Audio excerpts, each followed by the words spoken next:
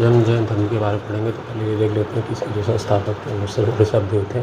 ठीक है ना, इनको आदिनाथ भी कहा जाता था, आदित्यनाथ थोड़ा समझ लीजिएगा, आदिनाथ। और अनेकांतवाद दर्शन जो है ये जैन धर्म का ही दर्शन है। ठीक है ना, इसमें त्रिरत्न कौन कौन से थे? दर्शन था एक रत्न, दर्शन, आचरण और ज्ञान, ये चीज़ें अगर हो तो समझ लीजिए उसके पास त्रिरत्न है।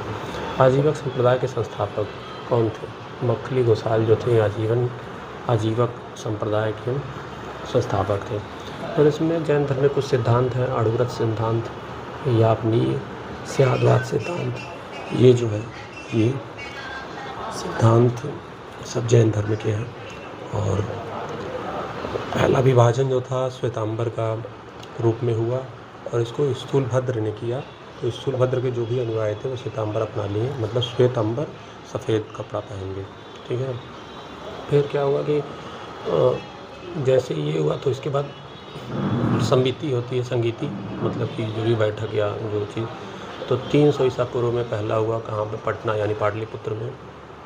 फिर 512 में हुआ सेकंड, कहाँ? वल्लभा जो है जैसे वल्लभ भाई पटेल का समझ लीजिए ऐसे करके, तो गुजरात में वहाँ था। और क्षमा श्रावण जो था इनकी अध्यक्षता में जो भी था इनके काल में हुआ। फिर क्या हुआ? 23वें तीर्थकर जो थे वो पार्श्वनाथ थे। और फिर 24वें जो हुए उनका नाम था महावीर। ये लास्ट तीर्थकर थे, ये इम्पॉर्टेंट है इस चीज़ में। कब ये हुए पैदा? तो -540 यानी 540 ईसा पूर्व में पैदा हुए। तो इनकी माता पिता को पहले देख लेते हैं। इनके पिता का नाम सिद्धार्थ, माता का नाम त्रिशला। शादी हो गया यशोदा से, एक बेटी पैदा हुई प्रियदर्शना। ठीक है ना, ये चीज़ याद रखिए। फिर यूपी में ऐसा कौन सा जगह है जहाँ बौद्ध और जैन दोनों का है? तो वो जगह है कौशाम्बी तीर्थ स्थल। ठीक है ना, कौशाम्बी के बगल में प्रयागराज मिल जाएगा आपको। ये 16 महाचतुर्भुजों का उल्लेख किस में है? तो भगवती सूक्त में है। ठीक है ना, अब क्या चीज़ है, इसमें कुछ महाव्रत दिए गए थे, मतलब कि क्या क्या चीज़ें एक आदमी को अपनानी चाहिए। तो उसमें दिया था अहिंसा, अहिंसा दिया था, और सत्य, अस्तेय, अपरिग्रह। तो इसका मतलब समझ लिया, अहिंसा का मतलब कोई लड़ाई झगड़ा नहीं, सत्य मतलब सच बोलना, अस्तेय का मतलब चोरी वोरी नहीं करना, अपरिग्रह का मतलब हुडी उडी नहीं करना, जो है उसी में खाना वही खुश रहना।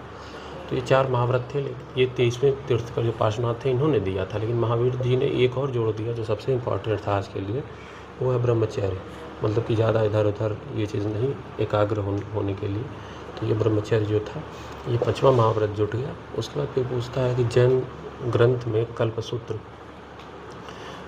जो है वो कौन? तो वो भद्रबाहु था। ठीक है ना, भद्रबाहु के जो अनुयायी थे वो दिगंबर हो गए, मतलब